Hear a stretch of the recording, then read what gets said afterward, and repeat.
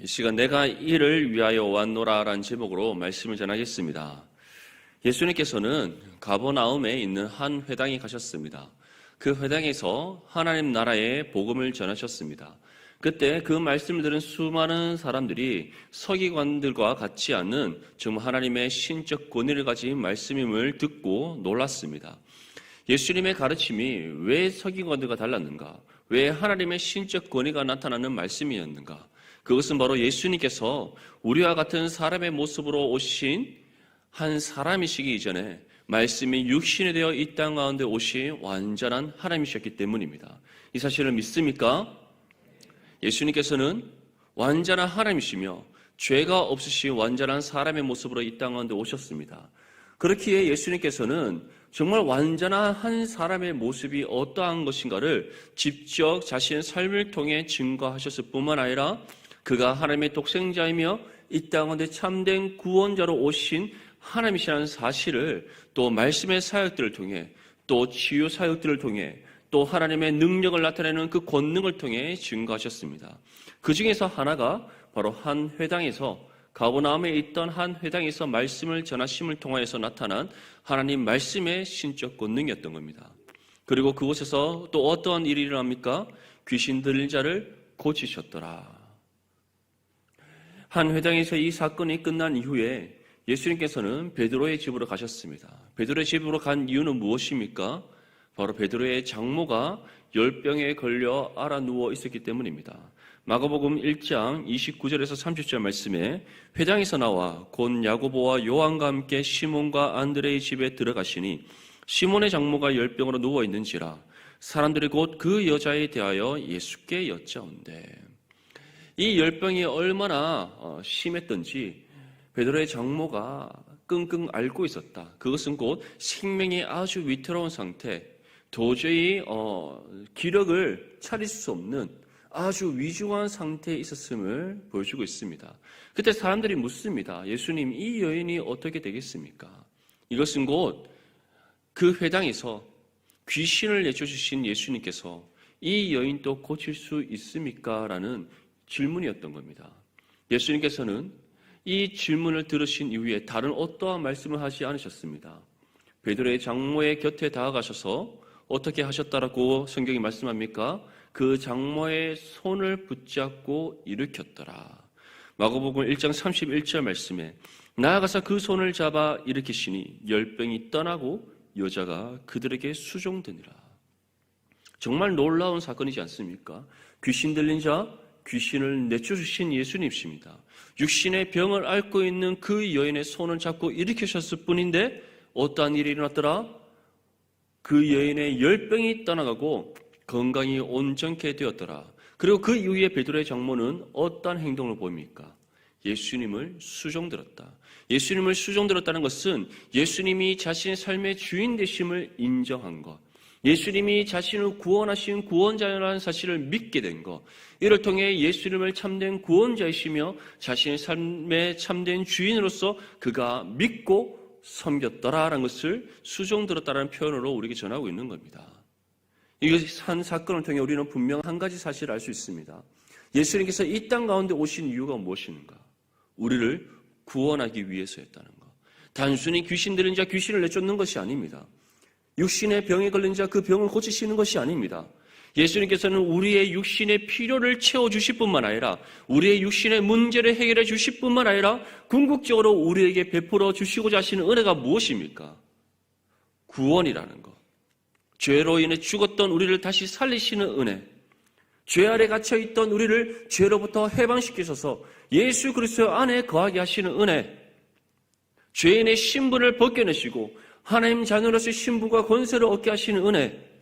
다시 말해 우리가 영육의 모든 것이 하나님의 은혜 가운데 완전히 새롭게 거듭나는 새 피조물이 되게 하시는 구원을 베풀어 주시기 위해 이 땅에 오신 예수님이라는 사실을 믿을 수 있기를 축복합니다. 그러한 예수님을 믿습니까? 그 예수님을 믿음으로 구원받았음을 확신하십니까? 그렇다면 우리의 입술에서 끊임없이 다음과 같은 기도가 흘러나와야 됩니다. 주님, 내가 주님만을 나의 삶의 참된 주인으로 온전히 모시게 하옵소서. 예수님 안에 나의 참된 구원자라는 사실을 온전히 믿고 섬기게 하여 주시옵소서. 이 기도를 쉬지 않는 저와 여러분들이 될 수 있기를 주님의 이름으로 축복합니다. 베드로의 장모를 고치신 예수님의 이 소문이 온 가버나움과 갈릴리에 퍼지게 되었습니다. 이 소문들은 가버나움과 갈릴리 각처에 병든 자와 귀신 들린 자가 예수님을 찾아옵니다. 예수님께서는 병든 사람의 병을 고치셨습니다. 귀신 들린 자의 그 모든 귀신을 내쫓으셨습니다. 이 모든 사역을 감당하신 이후에 예수님께서는 어떠한 행동을 하셨습니까? 이 모든 사역을 마치신 그 다음 날 새벽에 해가 뜨기 전 한적한 곳으로 가셔서 기도하셨더라. 우리 본문 35절 말씀 함께 읽겠습니다. 시작.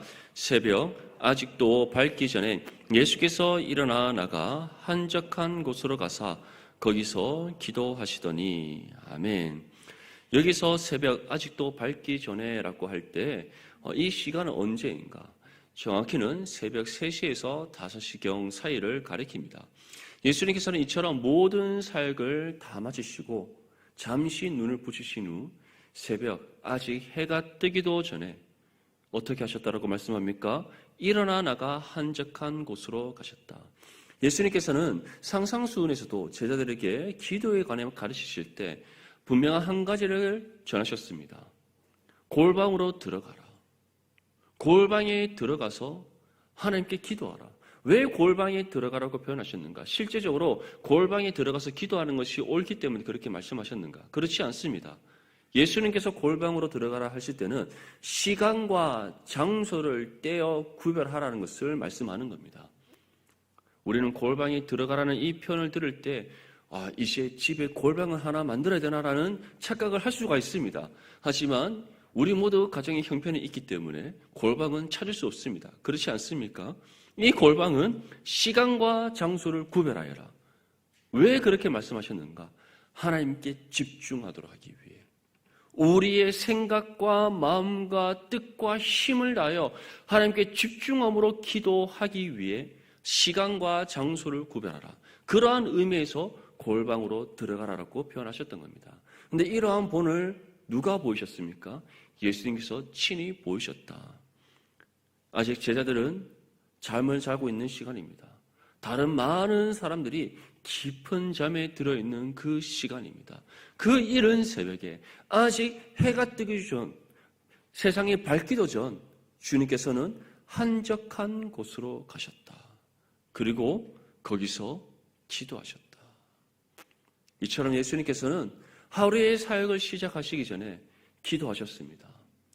그렇다면 예수님께서는 누구에게 기도하신 겁니까? 바로 하나님 아버지께 기도하셨다. 이것은 다른 말로 성부 하나님과 성자 우리 주 예수 그리스도께서 기도를 통하여 깊은 영적 사귐의 관계를 가지셨다는 것을 뜻하는 겁니다. 사랑하는 성도 여러분, 우리는 예수님께서 보이신 이 기도의 본을 따라야 될 줄 믿습니다. 언제나 새벽을 깨우십시오. 실제적으로 우리의 경건의 삶은 이런 새벽에서부터 시작된다는 사실을 믿을 수 있기를 바랍니다. 요즘 청년들도 새벽을 깨웁니다. 물론 제가 말하는 청년들은 우리 디부대 청년들뿐만 아니라 세상에 속한 청년들을 얘기합니다. 한번 새벽 일찍 일어나서 이 주변에 있는 헬스장에 한번 가보십시오. 보통 5시나 6시부터 요즘은 24시간 운영하는 헬스장도 많이 있습니다. 그 이른 새벽 학교를 가기 전에 또는 직장에 출근하기 전에 자신의 육신의 건강을 위해 새벽을 깨어 운동하는 사람들이 정말 많습니다. 그렇다면 하물며 하나님의 자녀라면, 구원받은 하나님의 자녀라면 우리의 영혼의 강건함을 위하여 오늘 나의 하루의 삶이 믿음으로 승리하는 삶이 될 수 있도록 하기 위해서 새벽을 깨어 주님 앞에 나오는 것은 마땅한 일이지 않겠습니까? 간절히 소망하는 것은 우리 넘치는 게 모든 성도님들이 새벽을 깨우는 신실한 믿음의 사람이 될 수 있기를 바랍니다. 새벽을 깨어 주님 앞에 나오십시오. 말씀을 들음으로 오늘 나의 삶을 향한 하나님의 뜻을 분별하여 깨달으십시오. 그 말씀의 뜻을 붙잡고 하나님 앞에 시간과 장소를 구별하여 기도함으로써 하루의 삶의 시작을 하나님과 깊은 영적 사귐의 관계를 통해서 시작하십시오. 그러한 우리의 삶은 달라질 것입니다. 세상의 소금으로서 말씀의 능력으로 세상을 변화시켜 나가는 삶이 될 것이고, 세상의 빛으로서 하나님의 영광의 빛을 비치어 세상의 어둠을 물리치는 거룩한 삶이 될 것입니다. 세상과 구별됨을 나타내게 될 것이고, 우리의 신앙이 점점 더 그리스도의 장성한 분량에 이르러서 하나님의 살아계심과 그의 선하심과 의로우심과 거룩하심이 우리의 삶을 통해 세상 가운데 증명되게 될 것입니다. 그러한 신앙의 본을 주님께서는 우리에게 친히 보이셨다는 사실을 믿을 수 있기를 바랍니다. 사도 바울도 이에 대해서 다음과 같이 우리에게 권면합니다.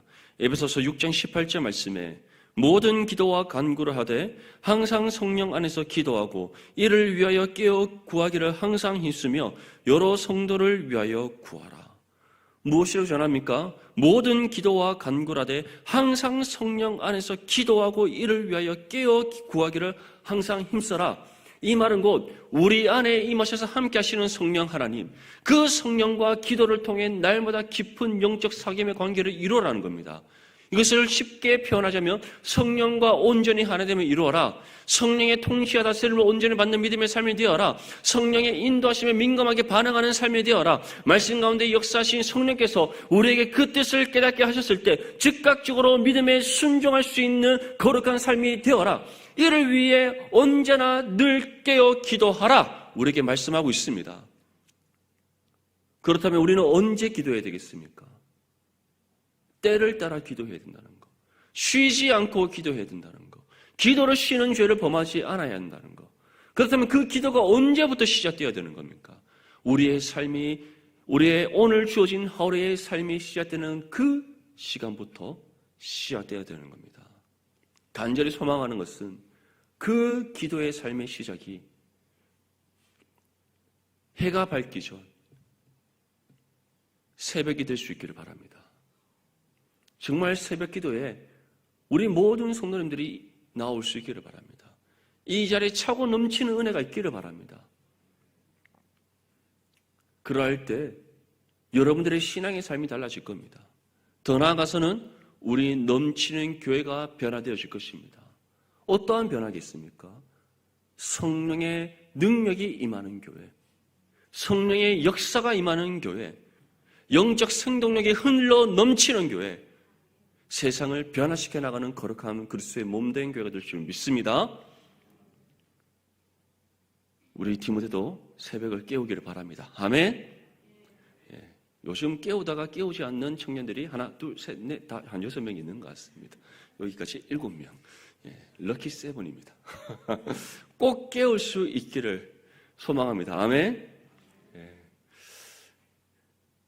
주님께서는 이처럼 해가 밝기 전 다른 사람들이 깊은 잠에 들어있던 그 새벽에 일어나셔서 기도하셨습니다. 하루의 사역을 시작하시기 전 하나님과 깊은 영적 사귐의 관계를 통해서 주님께서는 하루의 삶을 준비하셨습니다. 그렇다면 하물며 우리는 어떠해야 되겠습니까? 온 마음을 다해 목숨과 정성과 뜻을 다해 새벽을 깨워 하루의 삶을 기도로 시작이 될 줄 믿습니다. 예수님께서 기도하러 가실 때 제자들이 그 뒤를 따릅니다. 우리 본문 36절과 37절 말씀을 함께 읽겠습니다. 시작. 시몬과 및 그와 함께 있는 자들이 예수의 뒤를 따라가 만나서 이르되 모든 사람이 주를 찾나이다. 아멘. 우리가 이 말씀을 읽는다면 제자들도 예수님께서 해가 밝기 전에 기도하러 가실 때 곧장 뒤따라 갔는가? 그렇지 않습니다. 예수님께서는 이미 홀로 일어나서 한적한 곳으로 가서 기도하셨습니다. 한창 기도하시던 그 시간에 이제 제자들이 일어났더니 누가 없는 겁니까? 예수님께서 계시지 않는 겁니다. 그리고 아침 일찍부터 예수님을 찾는 사람들이 막 몰려오는 겁니다. 그래서 제자들은 예수님이 어디 가셨는가? 주변을 찾는 중에 한적한 곳에서 어디인지는 알 수 없지만 그 한적한 곳에서 홀로 기도하고 계시는 예수님을 발견한 겁니다. 그리고는 예수님께 찾아가서 무엇이라고 전합니까? 모든 사람이 주를 찾나이다. 여기서 이 모든 사람은 어떠한 사람들이겠습니까? 육신의 피로가, 자신의 육신의 어떠한 피로가 채워져야 되는 사람, 병든 사람이든지 귀신 들린 사람이든지 삶에 여러 가지 문제가 있는 사람이든지 각자의 형편을 따라 예수님부터 문제 해결을 받고 자신의 필요를 체험받기 위해 주님을 찾아온 사람들이었습니다. 그렇다면 어제까지만 해도 예수님께서는 그러한 사람들을 어떻게 하셨습니까? 그 모든 사람들을 맞이하셔서 병든 자 그 병을 고쳐주셨습니다. 귀신 들린 자 그 귀신을 내어 쫓으셨습니다. 다시 말해 그들에게 필요한 모든 것들을 하나하나씩 채워주시는 은혜를 베풀어 주셨던 예수님이십니다. 그런데 예수님께서는 제자들이 예수님께 전한 이 말씀을 듣고 난 이후에 어떻게 반응하십니까? 본문 38절에서 39절까지 말씀 우리 함께 읽겠습니다. 시작! 이르시되 우리가 다른 가까운 마을들로 가자. 거기서도 전도하리니 내가 이를 위하여 왔노라 하시고 이에 온 갈릴리에 다니시며 그들의 여러 회당에서 전도하시고 또 귀신들을 내쫓으시더라. 아멘. 예수님께서는 어제와 다른 반응을 보이십니다. 무엇이라고 말씀합니까? 우리가 다른 가까운 마을들로 가자. 거기서도 전도하리니 내가 이를 위하여 왔노라. 예수님께서는 가버나움에만 머물지 않으셨습니다. 베드로의 장모의 집 근처에서만 머물지 않으셨습니다. 이제 어떻게 하십니까? 다른 마을로 가자. 다른 마을로 가시고자 하시는 그 이유는 무엇이다? 바로 전도하시기 위하여, 복음 사역을 감당하기 위하여, 하나님 예배하신 영혼들을 찾아가서 만나시기 위하여 주님께서는 다른 마을로 가자라고 말씀하셨습니다. 그리고 이와 같이 말씀합니다. 내가 이를 위하여 왔노라. 하나님 예비하신 영혼들을 찾아가셔서 부르시기 위해 오신 예수님이십니다.